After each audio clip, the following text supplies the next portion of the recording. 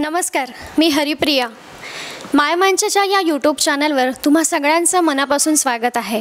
आज आपण भेटणार आहोत सौ हेमांगी योगेश पाटील यांना. चला तर मग मारूया त्यांच्याशी गप्पा. हेमांगी ताई, मायमंचच्या या यूट्यूब चॅनलवर तुमचं खूप खूप स्वागत आहे. नमस्कार. हेमांगी ताई या निमशासकीय बालगृह व निरीक्षणगृहाच्या परिवीक्षा अधिकारी आहेत. बालगृह आणि निरीक्षणगृहामध्ये नेमका फरक काय? निरीक्षणगृह बालगृह हे जिल्हा महिला बालविकास अंतर्गत चालवलं जातं. त्यात बालगृहामध्ये अनाथ आणि जी बालकं ज्यांचे पालक हे सक्षम नसतात अशी बालकं आपण बालगृहामध्ये ॲडमिशन मिळतं त्यांना बालकल्याण समितीमार्फत. आणि निरीक्षणगृहामध्ये जी 18 वर्षाच्या आतली म्हणजे 17 वर्ष 365 दिवसाच्या आतलीच फक्त बालकं जी 1 तासही वर झाला असेल तर आपण त्यांना 18 वर्षाच्या आतलं म्हणत नाहीत. अशी जी बालकं गुन्हेगारीत अडकतात अशा बालकांना आपण निरीक्षणगृहात ठेवतो. ताई, आम्हाला जाणून घ्यायला आवडेल की तुम्ही नेमकं कोणत्या बालगृहात काम करतात आणि ते कोणत्या अंतर्गत चालतं? अच्छा, मी सध्या 2019पासून मुलांचे निरीक्षणगृह बालगृह मालेगाव मोची कॉर्नरवर आपली संस्था आहे तिथे मी वर्किंग आहे प्रोबेशनल ऑफिसर म्हणून. आणि त्या संस्थेमध्ये निरीक्षणगृह आणि बालगृह या दोघंही गोष्टी आहेत. ते जिल्हा महिला बालविकास अंतर्गत चालतं. बालकल्याण समितीचाही त्यावर होल्ड असतो. त्यामध्ये आपल्याकडे 40 बालकांची ग्रांट आहे आणि त्यापैकी 30 बालके ही बालगृहाची असतात म्हणजे जी अनाथ आणि निराश्रित आहेत ती, आणि 10 बालकं ही आपण निरीक्षणगृहाची म्हणजे जे गुन्हेगारी स्वरूपातून आलेली असतात अशी बालकं आपल्याकडे ठेवली जाऊ शकतात. बालगृह आणि निरीक्षणगृह याच्यामधला फरक तर तुम्ही सांगितलाच, पण मग याच्यामध्ये दोघांमध्ये काही ट्रीट करण्याची काही मेथड वेगळी आहे का? बालगृहाची बालकं त्यांना आपण शिक्षण म्हणजे शाळेत त्यांचं ॲडमिशन घेतलं जातं. त्यांना शैक्षणिक बाहेर जाता येतं. त्याच्यानंतरून भोजन, त्यांची वैयक्तिक कामं वगैरे सर्व ते करून आणि व्यवस्थित राहू शकतात. तिथे अन्न, वस्त्र, निवारा सर्व तिथे पुरवलं जातं. ते एक पालक असतील तर तिथे ते त्यांच्या पालकांना भेटू शकतात, कधीही भेटू शकतात. त्याच्यानंतरून रविवारी आपण त्यांना फोन करायला वेळ देतो. तेवढ्या वेळात ते आपल्या पालकांशी बोलू शकतात. निरीक्षणगृहाच्या बालकांचं शेवटी ते गुन्हेगारीतून आलेले असतात. बालगृहाची बालकं आपल्याकडे सातत्याने 8 वर्षपर्यंत असलेली बालकं पण आहेत आपल्याकडे, परंतु आपण त्यांच्या पुनर्वसनाचा प्रयत्न करत असतो. अनाथ बालकं असतील तर आपण त्याची कारा पोर्टलवर नोंदणी करतो आहोत. जेवढे कागदपत्र आपल्याकडून जमा होत आहेत तर त्या कागदपत्रांमुळे मग आपल्याला त्यांना पुढे टाकावं लागतं. त्याची एक प्रोसेस आहे, त्याचं आपण लागलंच तर पुढे पाहूयात. परंतु निरीक्षणगृहाची जी बालकं आहेत ती जास्त कालावधीसाठी आलेली नसतात. त्यांना बालन्याय मंडळाकडून आदेश होतो. ती 14 दिवसासाठी आपल्याकडे येतात. त्यांची इन्क्वायरी होते आणि कायदेशीर प्रोसेसनंतर ज्यावेळेला त्यांचा जामीन होतो त्यावेळेला त्यांची सुटका होते, किंवा मग कायद्याने जर आदेश झाला की हे गुन्हेगार नाहीत त्यावेळेला आपण त्यांची सुटका करू शकतो. निरीक्षणगृहामधली जी बालकं असतात ती किती दिवस राहतात? फक्त 14 दिवस. 14 दिवसापैकी त्यांचं जामीन होईपर्यंत. हां, काही 14 दिवसापेक्षा अधिक दिवस असतात, कारण की त्यांचे पालक त्यांना घ्यायला आलेले नसतात, किंवा मग त्यांचं जामीन होणं शक्य नसतं, किंवा त्यांचा गुन्हा सिद्ध झालेला असतो. पुढे जाऊन पुन्हा ते खराब होऊ नयेत किंवा मग त्यांचं वर्तन अजून वाईटाकडे वळू नये याकरिता आपल्याला त्यांना निरीक्षणगृहातच आपण ठेवतो. निरीक्षणगृहात बालकं बंदिस्त असतात थोडीशी. जशी आपली बालगृहाची बालगृहभर बागडतात तसं मात्र निरीक्षणगृहाच्या बालकांच्या बाबतीत आपल्याला थोडं सिक्युअर्ड राहावं लागतं. कारण की जर कधी समजा त्यांच्या अपोज असलेल्या पार्टीला किंवा फिर्यादी पार्टीला माहिती असेल की बालकं इथे आहेत तर त्यांच्यावर संकट येण्याची शक्यता असते. तेही आपण त्यांच्या सिक्युरिटीसाठीच करतो आहोत. या गोष्टी पण आपल्याला जनतेपर्यंत पोहोचवणं फार गरजेचं आहे. त्यांना असं वाटतं की निरीक्षणगृहाचे बालकं आणि तुम्ही बंदिस्त ठेवतात पण मग त्यांनाही जगण्याचा अधिकार असतो असं म्हटलं जातं. परंतु बालगृहाच्या आत आपण त्यांना खेळायला, जेवायला, त्याच्यानंतरून बाकीच्या गोष्टीला, मनोरंजनाला आपण त्यांना मोकळीक दिलेलीच आहे, परंतु बाहेर मात्र काढता येत नाही. खूप धन्यवाद ताई. याबद्दल आम्हाला खूप छान माहिती दिलीत तुम्ही, कारण ही माहिती लोकांपर्यंत पोहोचणं खूपच गरजेचे आहे. बालगृह व निरीक्षणगृहामध्ये कोणत्या वयातील मुलांना घेतलं जातं आणि त्याचे वैशिष्ट्ये काय आहेत? आपल्याकडे वयाच्या 6व्या वर्षापासून बालकं घेतली जातात, कारण की आपल्याकडे बालगृह आहे. आणि 6व्या वर्षापासून ती 17 वर्ष 365 दिवस, मी पुन्हा तेच सांगेन की 365व्या दिवसापर्यंत त्याला महत्त्व आहे. जेव्हा 18 वर्षाचा होतो त्यावेळेला आपल्याला बालकल्याण समितीची परवानगी घ्यावी लागते की बालकाचा आज वाढदिवस होता, बालक 18 वर्षाचं झालेलं आहे, त्याला ठेवू शकत असणार तर शिक्षण बाकी आहे बालकाचं आणि तो आपल्याकडे ॲडमिशन आहे त्याचं. जर मग त्याचं शिक्षण बाकी आहे, पुढचं शिक्षण आपण हलवू शकत नाही आहोत आजच्या कंडिशनला, तर आपण बालकल्याण समितीची परवानगी घेऊनच बालकाला इथे ठेवू शकतो. अदरवाईज आपल्याला बालकाला ठेवता येत नसतं. 18 वर्षापर्यंत तुम्ही म्हणालात, मग 18 वर्षाच्या पुढे काय? 18 वर्षाच्या पुढे बालकांना अनुरक्षणगृहात पाठवलं जातं. अनुरक्षणगृहात आता नवीन शासनाच्या नियमानुसार 18 ते 23 बालकांची सोय होते, परंतु जितकं आपण बालगृहामध्ये मुलांच्या ॲडमिशनपासून वह्या पुस्तकांपासून सगळं बघतो आहोत तसं अनुरक्षणगृहात नसतं. अनुरक्षणगृहामध्ये बालकांनी स्वतः सगळी हालचाल करायची असते, परंतु शैक्षणिक खर्च आणि मासिक भत्ता असं त्यांना दोघं गोष्टी अनुरक्षणगृहातील कर्मचारी आणि संस्था पुरवत असते. मग बालगृह, निरीक्षणगृह आणि अनुरक्षणगृह यामध्ये फरक काय? बालगृह निरीक्षणगृह 18 वर्षापर्यंतच आहे. 18 वर्षाच्या पुढे अनुरक्षणगृह आहे. अनुरक्षणगृहात मुलांनी स्वतःची जबाबदारी स्वतः घ्यायची असते. 18व्या वर्षानंतर तुम्ही पार्ट टाईम काम करून तुमचं जॉब करू शकतात, परंतु तुमची राहण्याची एक सिक्युअर्ड जागा तुम्हाला दिली जाते. नियम बांधलेले असतात. दिवसभर तुम्ही तुमचं सर्व ॲक्टिव्हिटीज करून रात्री 9 वाजेच्या आत तुम्ही अनुरक्षणगृहात हजर होणं गरजेचं आहे. रोजची प्रेझेंटी देणं, थंब लावणं, भोजनाची व्यवस्था तिथे असते. त्याच्या व्यतिरिक्त वाढत्या मुलांच्या आहारात पण चेंज झालेला असतो. जो आपल्या बालगृहात असतो त्यापेक्षा अधिक आहार तिथे दिला जातो. 1-2 दिवसाची बाळं असतात, मग त्यांची दाखल होण्याची प्रोसिजर काय आहे तुमच्याकडे? 1-2 दिवसाचं बालक कोणालाही सापडलं तर सगळे सामाजिक घटक जे आहेत ते बालकं पहिले पोलीस स्टेशनकडे जमा करतात. पोलिसांना त्याबद्दल FIR करावीच लागते की बालक सापडून आलेलं आहे. त्यानंतरून बालकाची नोंद ही शिशुगृह असतात. आपल्याकडे नाशिक घारपुरे घाटावर एक आधार आश्रम म्हणून शिशुगृह आहे. तर आपल्या नाशिक जिल्ह्यातील बालकं सगळी आधी तिथे कलेक्ट केली जातात. त्याची कागदपत्र, त्याचं मेडिकल असं सगळं करून आणि त्यानंतर त्याची दाखल प्रोसेस होते. त्याला कोणीही ॲप्लिकेशन वगैरे करून असं होत नाही.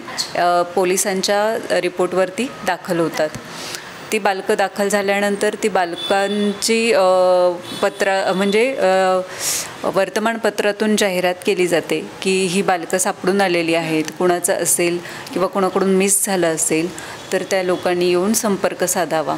त्यानंतर आपण महिनाभर वाट बघतो की बालकं घेण्यासाठी कोणी पालक येत आहेत का. नाही आली तर किंवा मग 3 महिन्यापर्यंत आपण त्यांची वाट बघतो. 3 महिन्यापर्यंत बालगृहातच बालक वाढतं आहे. त्यानंतरून तिथे त्याला जर बालकाला म्हणजे काचेच्या पेटीतही ठेवायची वेळ आली आणि कापसाच्या बोळ्यानेही दूध पाजायची वेळ आली तर हे सगळं करण्यासाठी तिथे सिस्टर स्टाफ सगळा असतो, आया असतात. त्या सर्व त्याची काळजी घेतात. ऑफिशियल वर्क, त्याचं कागदपत्र, सर्व नोंदी तयार केल्या जातात. एक त्याचं फाईल तयार होतं. त्याच्या प्रत्येक हालचालीची नोंद त्याच्यात घेतली जाते.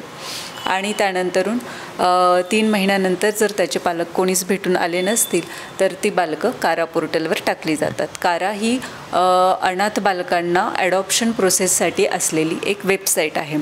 ज्यांना पालक म्हणजे अनाथ म्हणजे दत्तक देण्याची आणि दत्तक घेण्याची प्रोसेस ही कारा पोर्टलशिवाय होऊ शकत नाही. म्हणजे डायरेक्ट संस्थेतून तुम्ही कोणतंही बालक घेऊ शकत नाही. पोर्टलवर बालकं टाकली जातात. वेटिंगला असलेले पॅरेंट्सची पण दत्तक प्रोसेसला नोंदणी होते. पालकांनी त्यांचा रहिवासी दाखला, उत्पन्नाचा दाखला, त्यांचं मेडिकल सर्टिफिकेट असं सगळं द्यायचं असतं, तेव्हा त्यांची नोंद होते. त्यात आई आणि वडील यांच्या जर वयाची बेरीज 90 होत असेल तरच त्यांना 3 महिन्याच्या आतलं बाळ मिळतं. त्या व्यतिरिक्त जसजसं वयाचा रेशो वाढतो आहे तसतसं तुम्हाला वाढत्या वयाचं बालक दिलं जाणार. म्हणजे वयानुसार, म्हणजे आई वडिलांच्या वयानुसार बालकांचं दत्तक घेणं अवलंबून. शासनाने हा बालकांच्या संरक्षणासाठीच केलेला नियम आहे, जेणेकरून पालक ज्या वेळेला म्हातारे असतील त्यावेळेला त्यांना लहान बाळ देऊन उपयोग होणार नाही, त्यांच्याकडून त्यांचा सांभाळ व्यवस्थित होणार नाही, या कारणास्तव त्यांनी असे नियम केले असावेत. बालगृहात कोणत्या प्रकारची मुलं दाखल असतात आणि निरीक्षण गृहात कोणत्या प्रकारची मुलं दाखल असतात?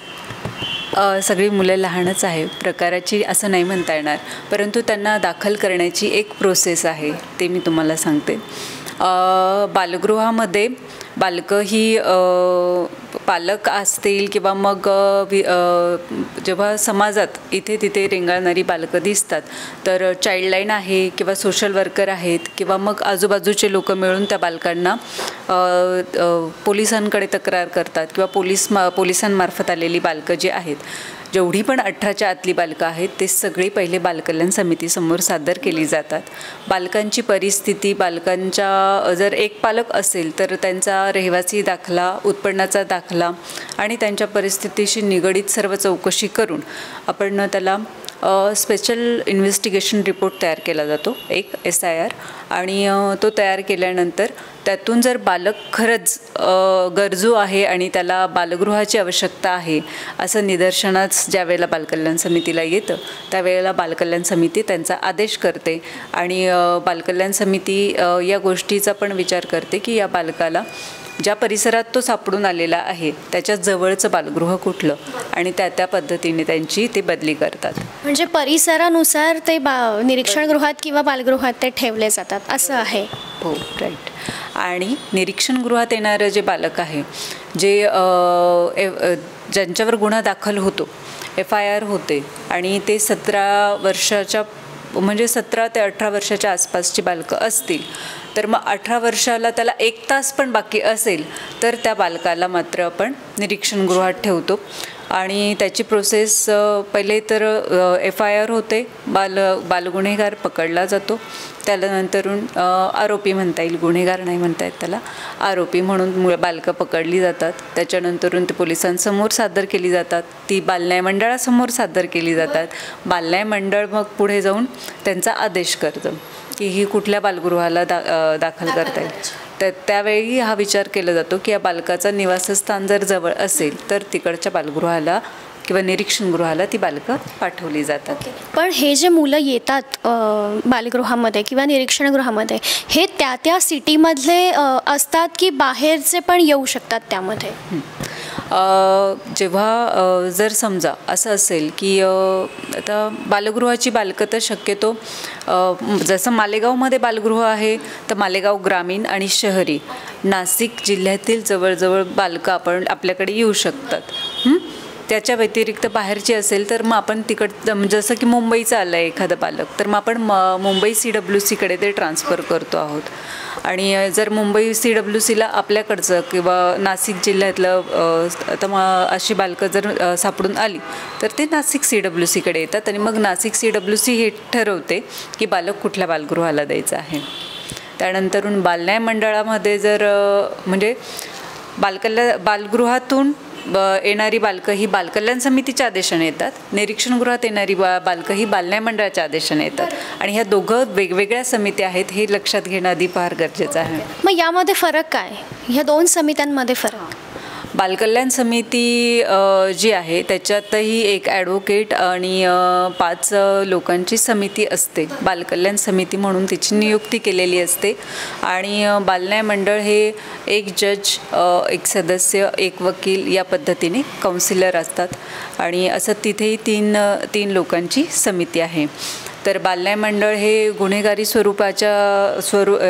गुन्हेगारी संदर्भात आलेल्या बालकांबद्दल आदेश करते आणि काळजी आणि संरक्षणाच्या अनुषंगाने आलेली बालकं बालकल्याण समिती आदेश करते. या सुधारणा गृहातील मुलांचे कोणकोणते हक्क त्यांना दिले जातात? मुलांना जगण्याचा, सहभागाचा, विकासाचा आणि संरक्षणाचा अधिकार याच्यात दिला जातो. म्हणजे सर्वच बालकांना बालन्याय अधिकार 2015 आणि 18च्या अंतर्गत जेवढे पण हे 4 अधिकार दिले जातात, हेच अधिकार बालगृहातल्या मुलांना पण दिला जातो. यामध्ये मुलांसाठी वेगळं आणि मुलींसाठी वेगळं असं काही आहे का? मुलांच्या बालगृहात मुली ठेवता येत नाही. त्यांचे सेपरेट बालगृह आहेत. मुलींचे बालगृह वेगळे असतात. मुलींच्या बालगृहामध्ये मुलांच्या बालगृहापेक्षा अधिक नियम अटी आहेत. आणि शेवटी नॅचरली मुलगी आणि मुलगा हा वेगळा बनवला असल्यामुळे त्यांना नियम पण वेगळे लागलेले आहेत. हो, म्हणजे कठोर नाही म्हणता येणार, परंतु त्यांच्या संरक्षणासाठी आणि त्यांच्या स्वतःच्या म्हणजे संरक्षणच म्हणता येईल त्याला, की त्यामुळे त्यांना आपल्याला जास्त नियम लावावे लागतात. जसं की पाऊल चुकीचं पडू नये याकरता मग मुलींच्या मासिक पाळीचंही रेकॉर्ड आपल्याला ठेवावं लागतं. मुलींच्या बालगृहामध्ये नियम असतात. शिवाय शाळेत जाण्या येण्यासाठी त्यांना काळजीवाहक त्यांच्याबरोबर देणं गरजेचं आहे. रात्रीच्या सिक्युरिटीला पूर्णपणे स्टाफ लेडीजच असतो. तिथे एकही जेंट्स कर्मचारी चालत नाही. तसं मुलांच्या बालगृहामध्ये आपल्याला लेडीज जेंट्स दोघंही प्रकारचे कर्मचारी चालतात. या कार्याबद्दलचा तुमचा आत्तापर्यंतचा अनुभव कसा आहे? मी 2019पासून या बालकांसंदर्भात काम करते. यापूर्वी मी फॅमिली काउन्सिलर म्हणून कापूरबावडी, धुळे, त्याच्यानंतरून नाशिक असं 2-3 ठिकाणी काम केलेलं आहे. त्याच्यानंतर मला असं वाटलं की फॅमिलीवर काम करण्यापेक्षा बालकांवरही काम करणं फार गरजेचं आहे. त्याच्यामुळेच मग मी फील्ड थोडंसं चेंज केलं. काउन्सिलर होते, आता परिवीक्षा अधिकारी आहे. आणि परिवीक्षा अधिकारी झाल्यानंतर बालकांच्या संदर्भात काम केल्यानंतर मला असं वाटतं की आपल्या घरच्या बालकांपेक्षा अधिक जबाबदारी या बालकांची आपल्यावर आहे.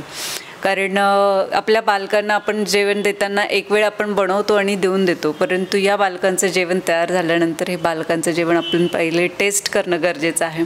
बाहेरून आलेली काही वस्तू द्यायची आहे तर ती आपल्याला पहिले आपल्यावर ट्राय करायची असते. प्रत्येकच गोष्ट, मेडिसिन आपण प्रत्येक एक्सपायरी बघून देतो आहोत.